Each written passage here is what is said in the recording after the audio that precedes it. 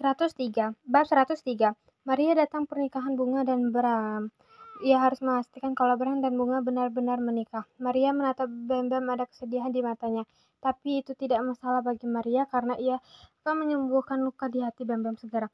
Tapi Maria sama sekali tidak bisa menyentuh hati Bam-Bam. Hati Bam-Bam semakin beku setelah pernikahan Bunga dan juga Bram. Di depan Bunga, Bam-Bam masih menatap penuh cinta. Cinta Bam-Bam tidak mati meski Bunga sudah menikah dengan pria lain. Belum lagi Bram yang selama ini Maria ketahui mencintainya jadi bersikap dingin padanya.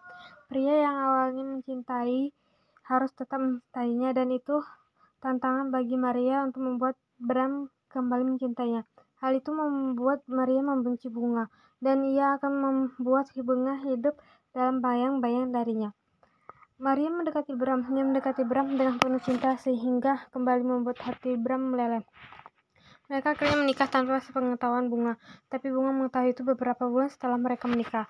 Itu membuat Maria merasa senang ketika melihat Bunga menghampiri rumahnya dan memintanya mengembalikan Bram kepadanya. Bahkan Bunga menangis, ia memohon pada Maria agar membiarkan Bram bersamanya sampai putrinya bisa dapat menerima kenyataan yang ada.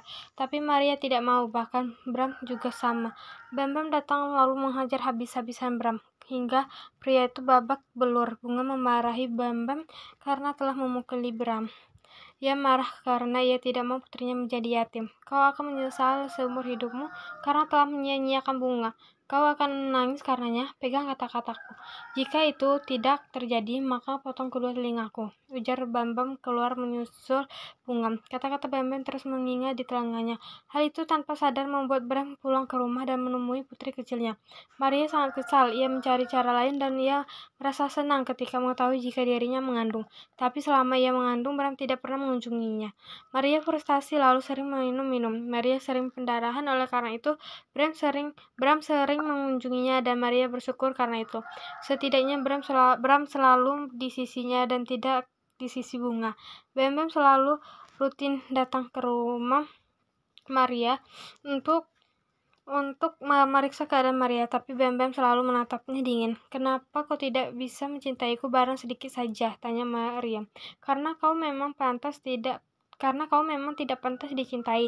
Kau wanita terjahat yang pernah aku temui. Menikahi Bam-Bam dan hamil lalu merusak rumah tangga orang lain. Mana mungkin aku bisa mencintai orang seperti itu? Jawab Bam-Bam jujur dan itu melukai hati Maria. Bam-Bam menikah karena dijodohkan. Dan itu membuat Maria semakin frustasi karena cintanya menikah dengan orang lain.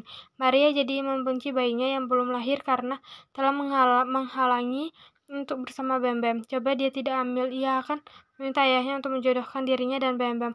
Tapi semua terlambat karena ia sudah mengandung. Maria bahkan berkali-kali mencoba menggugurkan kandungannya, namun bayinya begitu kuat sehingga ia bisa bertahan.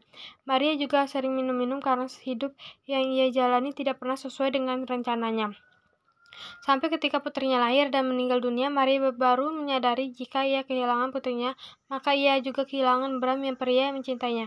Dan Maria tidak mau kehilangan keduanya. Cukup putrinya saja, Bram jangan.